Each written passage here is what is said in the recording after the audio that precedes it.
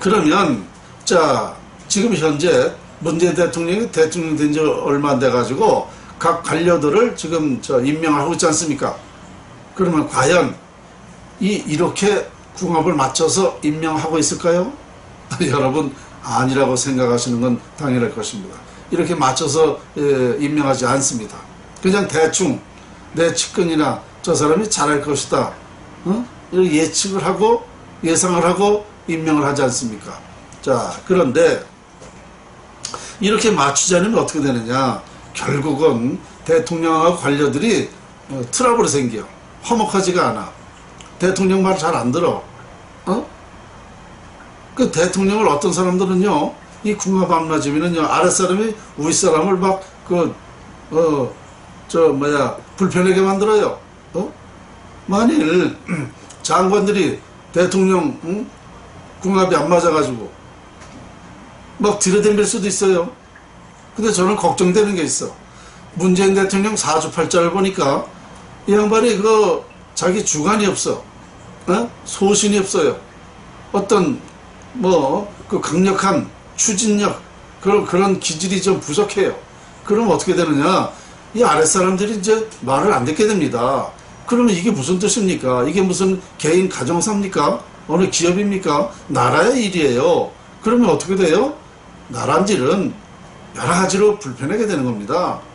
대통령과 관료들이 궁합이 좋아서 하는 일이 잘 되면 나라도 화목해지고 여러 가지 발전에 도움이 됩니다. 그러나 이 대통령과 관료들이 궁합이 안 좋으면 지금까지 말씀드린 그런 불편상이 일어나기 때문에 안 되는 겁니다.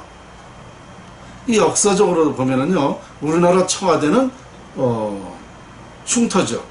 네. 흉터라는 건 뭐냐? 제가 늘 말하지만 이 청와대 터나 경복궁 터가 화목하지가 못한 터입니다. 좌청룡이 삐뚤어졌어요. 이 좌청룡 우베크가 형성돼야만 기가 모아져서 화목한 건데 좌청룡이 삐뚤어졌어요. 그리고 청와대 뒤에 북악산 왼쪽으로 뻗은 산이 있죠. 이 산이 이렇게 삐뚤어졌잖아요. 우베크는 그런 대로 형성됐는데 그러니까 기가 흩어진 거죠. 그러니까 화목이 깨지는 거예요. 화목이 깨졌다는 건 뭐냐? 그 관료들이 화목하지 못하다는 겁니다. 청와대 안에. 그러면 그 나라일에 큰 지장 생기는 거 아닙니까?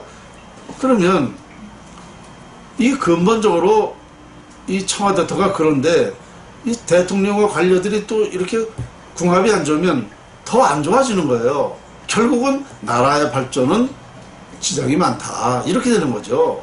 그래서 저는요, 이번에 문재인 대통령이 이렇게 했으면 좋겠다는 것을 제안했는데, 물론 제 얘기가 어떻게 들릴지 또 이걸 받아들일지는 모르겠습니다. 그러나 이 운명연구가로서는 분명하기 때문에 일단 제안은 드리는 것입니다. 그러면 국가 발전에 도움이 되려면 어떻게 해야 되는가? 어떤 관료들을 앉혀야 되는가? 그렇습니다. 첫째는 그 관료들의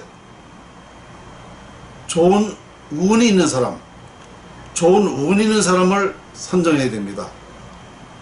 그 좋은 운이 있는 사람이라는 것은 어떻게 알 수 있는가? 그 사람의 사주팔자를 풀어보면 됩니다. 그러면 그 운이 좋은 사람은 그 사람이 하는 일이 잘 되고 융화가 잘 되고 대통령을 보필할 수 있기 때문에 첫째는 운이 좋은 사람이라 해야 돼요. 그 운칠기삼, 운이 90%이기 때문에 운이 좋은 사람을 선택을 해야 된다. 그래서 사주팔자를 보면 그 사람이 운이 좋은가 나쁜가 알 수 있다.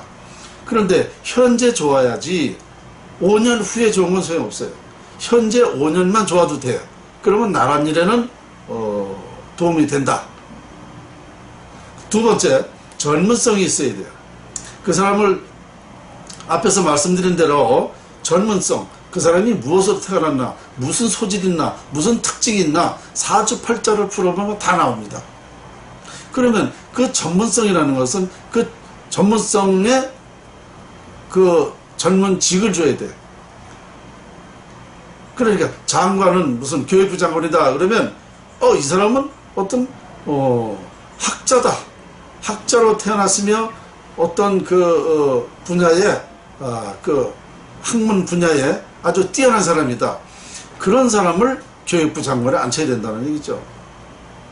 체육부 장관이다. 그럼 체육부 장관은 또 그 소질 있는 사람을 앉혀놔야 되는 거고, 과학부 장관이다. 그러면 과학에 운명적으로 과학으로 태어난 사람이 있어요. 과학을 연구하게.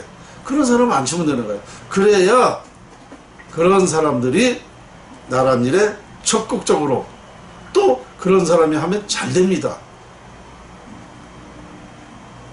능률을 10% 올릴 거를요 90%로 올리게 됩니다. 그 전문직으로 앉히게 되면. 그리고 운이 좋고 전문직이라 그러면은요 그 사람은요 우리나라에 큰 도움이 돼요. 그러니까 두 번째는 그 전문성을 어떻게 하느냐, 사주팔자로 풀어보면 알 수 있다. 세 번째는 뭐냐, 대통령과 궁합이 좋은 사람. 아까 지금까지 쭉 말씀드렸죠. 대통령과 궁합이 좋아야 상생이 된다.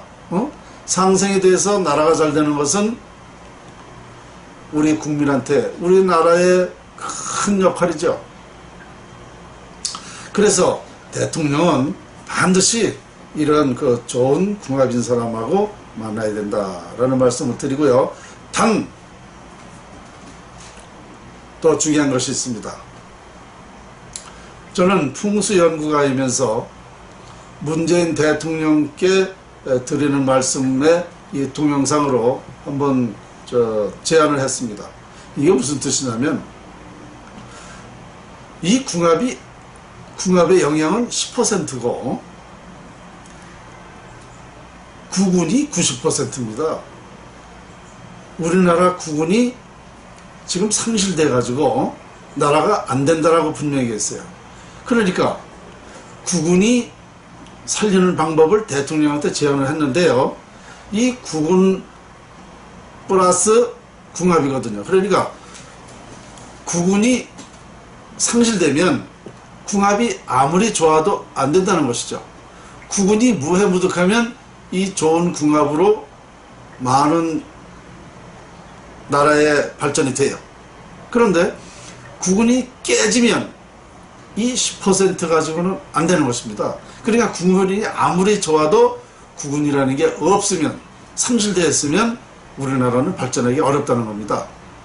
다시 뒤집어서 얘기하면, 그러면 궁합이 좋다고 해서 나라가 완전히 발전된다는 건 아니라는 얘기죠. 국운이 먼저라는 건 얘기입니다. 그래서 만일 이제 국운이 좋다 그랬을 때는 이 궁합이라는 게 더 큰 영향을 미친다는 거죠.